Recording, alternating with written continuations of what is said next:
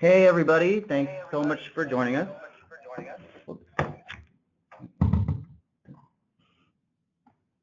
There we go. Okay, so thanks for joining us. My name is Daryl. I'll be your moderator today, and our webinar is titled Marketing to Health and Wellness Consumers in 2017. A few housekeeping items before we get started. First of all attendees will be on mute. However, we do encourage you to ask questions via your GoToWebinar control panel. The same goes for any technical audio-visual difficulties. If you're experiencing any of these technical problems, please notify us right away via the question, your GoToWebinar control panel, and we will address those as soon as we can. And with that, I'm going to introduce our presenter, Rochelle Bayless, and she's going to take over. So here you go, Rochelle. Thanks, Daryl. Hi, everyone. My name is Rochelle Bayless, and I'm going to be presenting today on marketing to health and wellness consumers as well as fitness consumers. And we're going to be looking at some of the trends, attitudes, and behaviors of people who are health conscious and how this movement's really affecting search and online and offline behavior. So I am the Global Director of Content at Hitwise, where I manage content creation and strategy for our US, UK, and Australian markets. I've written reports on a variety of different industries, including retail, travel, news and media, food and beverage, technology, finance, auto, and more. And my research and writing have been published in places like Forbes, Ad Age, and Internet Retailer. But basically all you need to know about me is that I love telling stories with data, and this is right in the sweet spot of things that I love to talk about and do. So before we get started, I do have an obligatory spiel about Hitwise and who we are and what we do. We've been around for the past 20 years, and our focus is really helping brands and marketers understand the competitive landscape through our unique depths of online consumer insights and audience data. Our online behavioral panel consists of over 8 million individuals, and our activity data is tracked on over 20 million websites across 500 million monthly search queries. And as if that wasn't enough numbers for you, our data includes over 100 million in-market shoppers, and we offer insights across 650 million devices. So we recently released Audience View, which is a tool that I used quite a bit to make the presentation you'll see today. And it allows you to not only get an understanding of how traffic moves between different websites and industries, but even more importantly, Audience View helps marketers look at who the audiences are behind the traffic. And by that I mean who they are demographically, where they go, and what they really care about. So that's a lot of the kind of data that I'll be looking at today. So just to set the scene, healthy living in itself is a multi-billion-dollar industry that's growing and permeating across many different verticals. According to the USDA, the market for organic products and food has surpassed $39 billion in the US. Meanwhile, the fitness club industry exceeds $30 billion in revenue, according to IBIS World. And Morgan Stanley reports that sports apparel sales have increased 42% in the last 7 years, up to $270 billion. Now, it's worth noting, however, that much of the apparel industry growth that we see is actually due to activewear sales. And as a whole, many major apparel brands are actually struggling and shuttering their brick and mortar locations, particularly fast fashion brands. For example, Forever 21 and H&M really are struggling to maintain margins. So a lot of the growth that we see in apparel is being driven by explosive growth within activewear and athleisure. So that's one of the things that I'm going to dig into today, sort of trying to understand where we see that split happening and why consumers are sort of attracted to that particular type of apparel. So the agenda today I tried to make pretty simple. We've broken it out into eat, wear, and move, which hopefully are pretty self-explanatory, but if not, I promise you're going to figure it out pretty soon. So just to set the scene, the following audiences have really expanded quite a bit over the last 3 years. When we tracked people who were interested in diets, such as gluten-free and paleo, and conducted searches for things such as chia seeds, flax seeds, kale, we see a 65% increase in the size of that audience since 2014. And the move audience, which we define as people who are searching for gyms, for example, CrossFit, or seeking out fitness challenges like the Spartan Race or the Tough Mudder, we've seen a 12% increase in the size of that audience since 2014. And the wear audience has really exploded. So these are people who are seeking out and buying activewear like Lululemon or Athleta, or seeking to purchase wearables and fitness trackers, for example, Fitbit or Garmin. So to kick it off, we're going to look at EAT. This is really focused on food and diet trends. As consumer interest in healthy eating really continues to grow, it becomes very important for brands to be able to distinguish between the more short-lived diet fads and the real growing nutrition movements that are going to continue to sort of permeate food culture. I found that search data can be a really excellent way to do that and try and predict what's going to continue to grow over the following years. So in the beginning of this year, I wrote a piece for Food Business News that used Hitwise data to break down different types of food trends. And this was meant to help people understand sort of the ebb and flow of how consumers express interest and engagement in different types of diets and foods. So the first type of trend that you see here is, it's almost the golden nugget of food trends. It's what I like to call steady risers. Organic food is probably the most classic example of a steady riser because it's been growing in public awareness and accessibility for many decades. But looking at a more recent example here, we can see that since 2014, searches for gluten-free have risen very steadily by 141% since May of 2014, and they really show no signs of slowing. In fact, I repolled this data in 2017, and I found gluten-free searches continued to rise and grow very steadily through June of this year. You might also note a couple spikes in the beginning or tail end of each year. That's really common for holiday recipe searches and New Year's diet resolutions. Speaking of New Year's and diet resolutions, detox is a great example of searches that rise and fall pretty consistently at the beginning of each year. So detox generates very regular cyclical interest from consumers who are, I'm assuming, seeking to sort of purge themselves of their gluttonous holiday eating and, you know, start fresh and reset in the new year. And we see that happening every single year. And as you'd expect, what I like to call the so last year diet trends really hit their peak in 2016. And, you know, since then, they've either sort of flattened out or started to drop. Interestingly, several diets in the so last year category were focused on lowering the consumption of certain unhealthy ingredients, you know, for example, low sugar and low carb. By the way, I recharted these through June 3rd of this year, and I saw a continued decline in all three of these, particularly in the low sugar searches. You know, and it's worth noting, it doesn't mean that these food trends are dead in the water or they're gone. You know, although low carb and paleo really flattened out in 2016, that was after they shot up very dramatically. So they still pull quite a bit of interest from people. I think that so last year trends just kind of serve as this reminder that sudden and fast rising food trends can carry the risk of falling out of favor just as quickly. So it's something to be aware of when you see something shoot up that rapidly. These are examples of what I like to call rising stars. So these are food trends that show a sudden upswing in interest.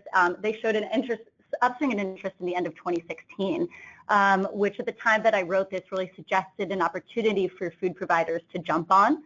I was surprised by the sudden interest in veganism and vegetarianism, considering that both of those diets have existed for decades. But I think the resurgence could be attributed to, you know, a convergence of many different factors. For example, wider availability of vegan and vegetarian food, greater variety and quality, more restaurants available, increase in news about meat-borne illnesses or viruses, and also just slowly rising environmental concerns. I will note, though, that when I pulled the reports again this year, vegan and vegetarian searches, those jumps that we saw did appear to be short-lived since they dipped back down to their original numbers of the last couple months. So I guess that sort of moves them back into the so last year category, but, you know, for 2017. The biggest rising star that I identified of this year has been the ketogenic diet, which nearly doubled in searches in the beginning of 2017. So I'm going to kind of dive a little deeper into that just because I think it's a really interesting case study. So if we look at the top 3 downstream websites, which just means those that are receiving the most clicks from ketogenic searches, we see Wikipedia and YouTube, which are pretty common for, especially newer diets that are on the rise. People want to understand what they are. Also, YouTube influencers are really common in the food space, so they tend to pull a lot of traffic. But one I wanted to call out was the Diet Doctor. He pulls 14% of all ketogenic searches, and as you can see in the example on the bottom left, he actually ranks #1 for the search ketogenic diet. It's all through just organic traffic. So what he was able to do over the last few years was create this sort of breadth of content on what he saw as a diet trend that he believed would emerge in coming years. And so as soon as that trend hit, and you can see on the top right, the amount of organic clicks that were driving clicks, the amount of organic searches that were driving clicks over to all websites across different industries from ketogenic searches shot up in the beginning of 2017. And the Diet Doctor, as you can see on the bottom right, his visits to his website shot up in a corresponding way. So he was really able to capitalize on that by having this really wide breadth of in-depth content on the ketogenic diet. I created an audience profile based on consumers who were searching for keto and ketogenic diet terms. Demographically, they skew towards age 35 to 44, which a lot of diet trends either skew in that age or towards older millennials. And although all diet searchers always skew female every single time, ketogenic searchers are slightly more male than other diets that I saw. And in terms of their attitudes, if we look at food attitudes for ketogenic audiences, they tend to seek more culinary adventure and variety and creativity in their food consumption. And just for reference, when it says plus 30 on the top right, that means that they're 30% more likely than average to agree with that statement. And if you look on the bottom right, when it comes to health attitudes, we see amongst ketogenic dieters a vested interest in self-researching and self-diagnosing their own health issues. And they have a really strong willingness to take health counsel from their friends, perhaps even over their doctors, which I think is really interesting. And finally, although we haven't really caught up with countries like Australia and the UK when it comes to online grocery delivery, we have seen a rise in home chef services and healthy snack food delivery to people's homes. So I wanted to do a quick chart to analyze that. In the chart above, you can see that compared to when we compared the top 8 players in this space by charting their share of website visits within the grocery and alcohol industry, you can see how it's remained pretty tightly competitive amongst all 8 of them. And although the competition remains fierce as of right now, and within the last year or so, Blue Apron has really managed to maintain a market lead. And you can see major spikes in the beginning of 2017 that kind of dramatically drove up visit share for the top 3 players, Blue Apron, Home Chef, and HelloFresh. But we also see healthy snack delivery services like Graze and NatureBox kind of steadily losing visit share, which I think is interesting, and I'm definitely curious to keep an eye on to see whether they're able to sort of maintain interest as food delivery continues to rise in popularity. So moving on to the wear section, I'm going to be exploring trends around activewear and athleisure, looking at different types of sport and fitness apparel, as well as different products, and then wearables such as fitness trackers. So just in a broader sense, when it comes to activewear terms, we see a 291% jump in search clicks since May of 2014. So with search clicks, I'm referring to the amount of searches that resulted in clicks to websites. So we see a lot of people clicking through to websites to seek out and purchase activewear. And we see an even more meteoric rise amongst fitness trackers. When it comes to fitness tracker search variations, when we bundled those in a portfolio, I tracked a 712% jump in search clicks. So search is basically driving clicks over to websites. when they come from fitness track variation searches. So I think you can see a major area of growth in both of these. So in order to get a sense for some of the rising organic search terms that are really driving a lot of this traffic to sportswear and activewear industry websites, I pulled and charted the top 10 unbranded search terms that are driving traffic to Nike.com because, you know, they're the biggest sports apparel brand in the country. And by unbranded, I just mean that they don't include a brand name like Nike or the name of a particular shoe like Jordan's. And that suggests that other activewear brands could conceivably compete for this term organically as it rises. So you can see here that there are several keywords that either emerged or shot up in 2017, such as custom shoes, half marathon training, women's track spikes, comfortable men's boots, and best casual shoes for men. Now, if we look at Lululemon, which is sort of the industry magnate when it comes to athleisure apparel and sort of defines that as a brand, I did the same thing where I pulled the top 10 unbranded search terms that were driving traffic to their website, and I charted those over the past 52 weeks. So you can see that searches for yoga pants, which is sort of their steadiest staple product, do remain popular, but it actually no longer drives the lion's share of their clicks. Instead, we see more recent jumps in search clicks for things like sports bras and smaller increases in searches for running tights, meditation clothing, and even khaki, which I found pretty surprising, actually. So as an aside, I just wanted to take a quick look at yoga-related searches because I think yoga as a movement is really credited as a key driver for creating the athleisure movement and spinning off quite a bit of products. And it sort of helps indicate the types of new products that activewear consumers are really searching for. So variations of the term yoga, when we bundled all of those together, perhaps unsurprisingly, have grown over the last 3 years at 81%. But that being said, the top searches that we see under yoga, such as yoga poses and just yoga itself, are actually losing search share as the mainstream culture becomes more familiar with what yoga actually is. Yoga pants, which is the second highest variation of the term yoga, and probably, you know, the most famous one that we all think of when we think of yoga apparel, has also lost search share since 2014 as other search terms have begun to overtake share. So as you can see on the right, I actually removed yoga pants just because I think it takes a large percentage of the unbranded searches around yoga, and I wanted to help identify for you some other interesting terms that are rising in the yoga space. For example, the more general search term yoga clothing shot up in the beginning of this year, and we're seeing a resurgence in searches for yoga mats even after Christmas, meaning a lot of people are looking to buy those for themselves. And there's also bumps in smaller terms such as yoga socks and yoga trapeze.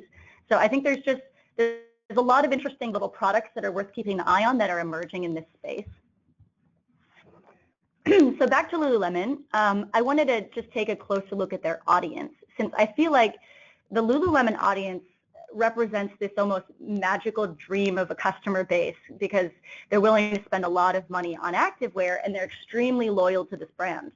So the Lululemon audience is very fashion forward, they're image conscious, they enjoy makeup, and they care very deeply about purchasing very specific brands, which does help explain why they're willing to purchase, you know, Lululemon products when Target and Gap and other brands sell their own athleisure clothing lines at a lower price point.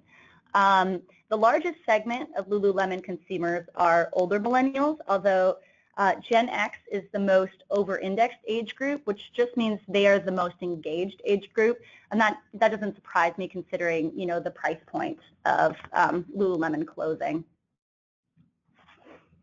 So Lululemon's audience is one thing, and I know everybody wishes that they could get, you know, capture them, but I wanted to take a deeper look into the broader athleisure audience. So these are people who search for or interested in or buy Lululemon, Athleta, Fabletics, or smaller brands in the US like Prana or Sweaty Betty.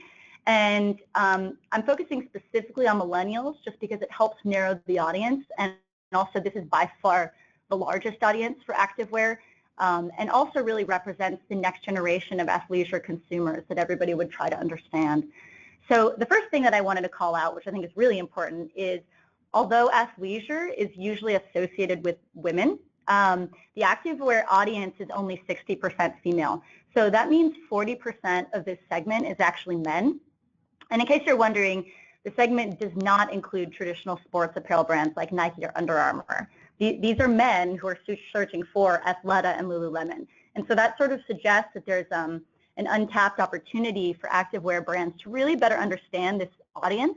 And we can see Lululemon and some of the major brands trying to do that and fighting for that market share to an extent. But I personally haven't seen a clear winner amongst the male athleisure audience. So definitely something worth looking out for. Unsurprisingly, this audience does skew wealthily. So the most over-indexed income group is consumers who make $100,000 a year or more. And then older millennials reign supreme amongst millennials just because due to the nature of the fact that they're wealthy shoppers, it makes sense that they tend to skew a little bit older. If you look at mobile behavior, it's perhaps not very surprising because most millennial consumers are highly mobile. But millennial activewear shoppers really rely pretty heavily on their phones to seek out deals and discounts. And I found that they do that both in-store and out. So I think optimizing deal and discount offers really for mobile and focusing very heavily on that is extremely key. And this audience is willing to spend, not only the money that they have, but more than they really should on the clothing that they want. And I feel like this just serves to highlight that penny pinching and student loan debt and economic doubts are really less likely to be a factor for this audience in particular when it comes to them purchasing the apparel that they really desire. And this might be a little bit more surprising. Millennial activewear shoppers really enjoy spending long periods of time browsing in a store. I think we often think about millennials as sort of the now and on-demand generation who are moving their purchases online and expect 24-hour delivery. But there still appears to be quite a lot of value for them in, having an experience of browsing and lingering and even sort of fawning over the next pair of yoga pants that they want to purchase. And in that way, I think we could see how Lululemon's brick and mortar expansion, which, could be considered risky in light of so many retail stores struggling and closing down, is really just creating this environment where people can browse and build desire for additional products that they want to buy. And of course, social media is a huge part of that. Millennial activewear shoppers are more likely to purchase products that are advertised on social media, and especially those that are used or recommended by friends on social media. So this is obviously important to keep in mind, not only for focusing on and optimizing social media advertising, but really for creating mechanisms for them to share and promote their purchases and their engagement with your brand with their friends on social media, even more so than, focus that advertising focus. So just in the vein of social media, this post on the left from Lululemon, I think is just, it's a pretty stereotypical Lululemon post in that it's got a striking photo, a strong caption. It tags an Instagram influencer in order to increase discoverability. And I think it really sells a lifestyle rather than a product. We're not seeing the Lululemon logo incorporated here. It's really more about what this image represents. It also includes their proprietary hashtag, the sweat life, which, I think in a way it sort of encapsulates what Lululemon does extremely well, but what I think a lot of brands can do themselves. You don't have to be a Lululemon to do that. But what they really do is they focus on the quality of their posts rather than quantity.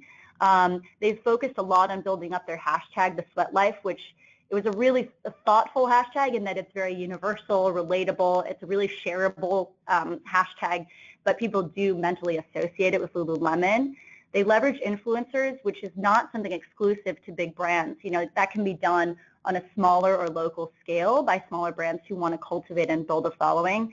And, they have a Facebook page for every single Lululemon location, which is very actively managed and monitored. And that sort of becomes a bulletin board for the local community to share yoga classes and for people to talk about fitness events and really connect with each other. So finally, one other thing about millennial activewear shoppers, I broke down some of the key brand affinities they had across retail and media. Nordstrom is extremely engaging for them because they do sell quite a bit of athleisure clothing, and perhaps a lot of the publications aren't particularly surprising, like BuzzFeed and Huffington Post, but I thought it was interesting to share how strongly they engage with those websites.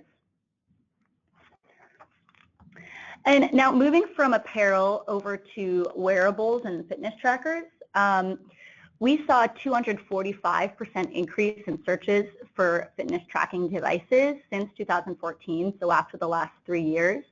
And according to CCS Insight, the wearables market will be worth upwards of $25 billion by 2019. Smartwatches will likely capture a lot of that market just due to the higher price, but fitness trackers definitely remain the most accessible and popular. So I wanted to spotlight Fitbit for a moment just because, you know, not everyone can be Fitbit, but I think they are this really great representation of how rapidly fitness-based technologies can just explode into the mainstream, because we can all remember a time when no one had a Fitbit or could even imagine wearing one, and now everybody got one for Christmas, you know. So their audience is predominantly female, with 35 to 44-year-olds dominating that demand. It could be because of mothers purchasing Christmas gifts, just as a caveat. But I think Fitbit consumers really reflect a more middle-of-the-road retail consumer. They over-index for engagement with affordable everyday brands like Kohl's and Old Navy. So if you contrast that with something like the Lululemon audience, who is also female, but we see that the Fitbit audience is much more representative of almost this everyday American, rather than sort of the elites and wealthy people who are purchasing Lululemon products. And one aside before we move on to our final section, because meditation doesn't quite fit into eat, move, or wear, but it does have some important trends worth noting. You can see in this chart there's quite a bit of growth in searches around meditation over the last 3 years, and I do think it's a perfect example of a steady riser, which we talked about earlier. I predict, based on sort of the steady growth that we see around variations of meditation searches, that it's just going to continue growing stably over the next several years. And, you know, with that growth and interest, inevitably comes efforts by businesses to monetize that. I think meditation and mindfulness is in itself kind of a tricky thing to commoditize, but we do see jumps in searches for products and services and technologies which can really assist consumers in improving their personal meditation practice. Most notably, of course, is searches around meditation apps like Calm and MindBody and Headspace. So Headspace is a leading industry app that has been pushing mindfulness into other industries through really interesting partnerships. For example, they partnered with Virgin to supply in-flight relaxation, and they've been experimenting with integrating with retail by partnering with Selfridges, which is a big retailer in the UK, to create experiences of in-store relaxation. So I think these inroads really represent the future of how different wellness movements and philosophies will kind of continue to permeate other industries and most likely affect how companies shape consumer experiences. And one final thing, you can see rises in terms like meditation chair, cushion and pillows, and even meditation clothing, as people kind of seek to continue supporting their meditation practice and just be comfortable while they do that. So final section is around Move, where we're going to be looking at trends and audiences around gyms, workout methods, different fitness events and challenges, and sponsorships and partnerships that have branched out of that. So what I like to call the new fitness movement is really characterized by 3 key things. A demand for greater variety and choice, a localized feel where you see a lot of boutique gyms cropping up and focused on community, and then a very social emphasis, which is where we see a lot of fitness-based events rising in popularity as well. So I'm going to dive into all of those. So over the last 3 years, we see some of the sort of older types of classes in gyms remain steadily popular, but not attract quite as much search interest. So for example, Zumba's been around for a long time, and because of that, you know, the searches for it and people seeking it out has kind of worn down to about 53% since 2014, just because a lot of people know what it is and they are seeking something new and greater novelty in their workouts. And SoulCycle might be surprising because they're really so, publicly visible. You probably have a SoulCycle near you in your neighborhood. There's no question that they're doing extremely well and they're very popular. I think a lot of people just know what SoulCycle is, and so the novelty of, SoulCycle is slowly starting to wear off. So their searches are down 16%. Again, that doesn't mean they're failing. It's just people are always kind of seeking the next fitness challenge. And I think color runs are sort of this perfect example of something that back in 2014 were wildly popular. It was this sort of sudden fad, and it was very event-based and social, and it's beautiful and takes great pictures. So a lot of consumers we found really wanted to experience them once, snap some Instagram pictures of it, and then kind of move on to other experiences. So if we look at what consumers do seek out, it's really this constant drive for more novelty and variety in their workout routines. So ClassPass kind of perfectly encapsulates that because they sell passes to different gyms and exercise classes to their customers. And it really serves the needs that they have for, having greater choice in their workout options. Their searches have gone up 200% since 2014, and their website visits have shot up 1,125%, which is pretty incredible. And on the right, you can see some of the sort of trending, new types of fun and interesting workouts that people are interested in. For example, acro yoga, trapeze, and then, rock climbing, which has grown quite a bit since May of 2014, which I found really interesting because, rock climbing has been around for a long time. I think we're just seeing it having this new resurgence by people who are sort of discovering it or joining rock climbing gyms or seeing it as a way for them to enjoy a new and creative type of fitness outside with friends. So it's had this really interesting resurgence over the last several years. And one of the staples I mentioned as part of the new fitness movement is the focus on fitness as sort of a social community gathering. So here I'm going to profile a couple different types of fitness events that we see doing extremely well and how those tie into media and other partnerships. One type of social fitness event we see are fitness challenges. So these are really based on pushing your body to the limit with a focus on, endurance and strength and being hardcore.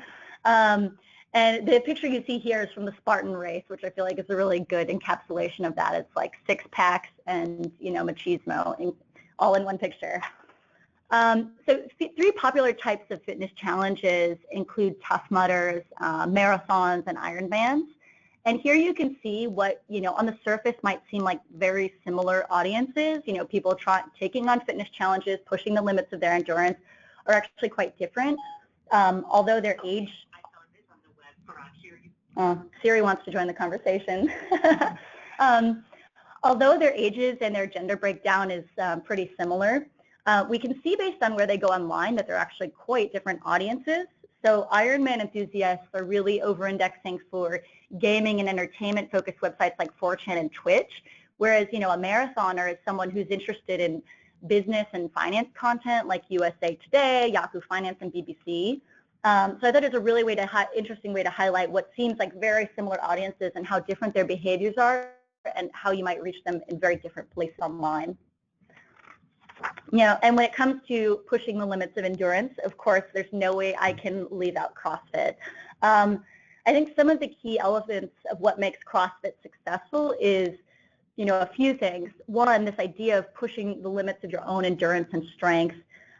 It's extremely social and team-based, and the box gyms really create a local feel because each of them kind of has their own workout method and approach. And in terms of their audiences, considering the focus is on weightlifting and strength, it's interesting to note there are more women engaged with CrossFit Online than men.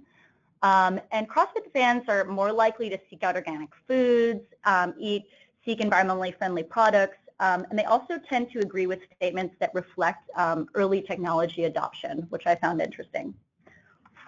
Now, the CrossFit Games are this really great example of how CrossFit was able to expand into a national brand thanks in part to a series of strategic cross-industry partnerships.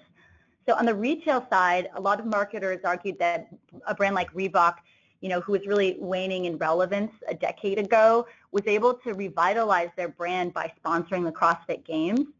And meanwhile, Reebok's infusion of, prize money capital allowed CrossFit to, boost the stakes of their games by offering millions of dollars in prize money.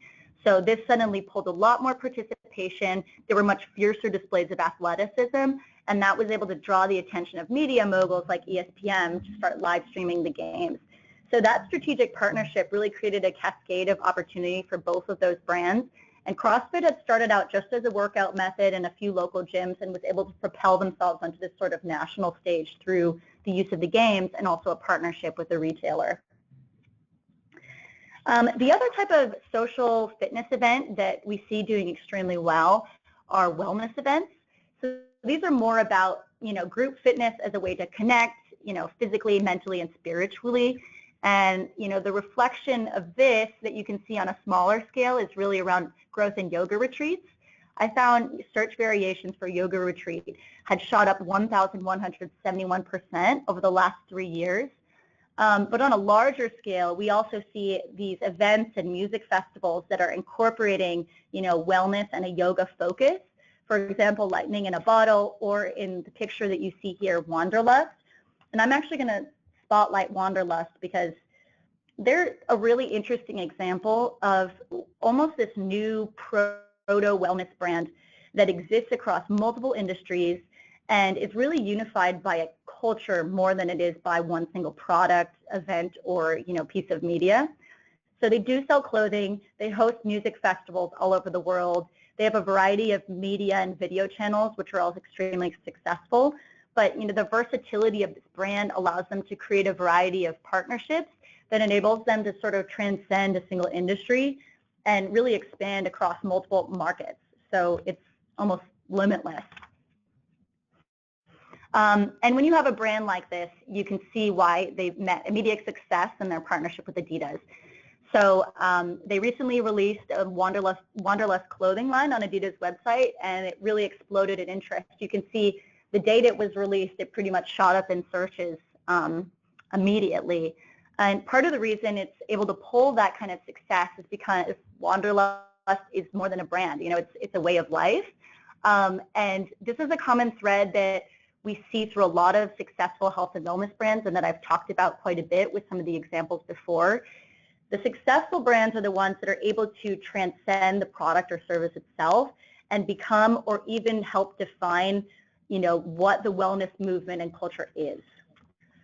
So just to wrap things up, 3 key takeaways.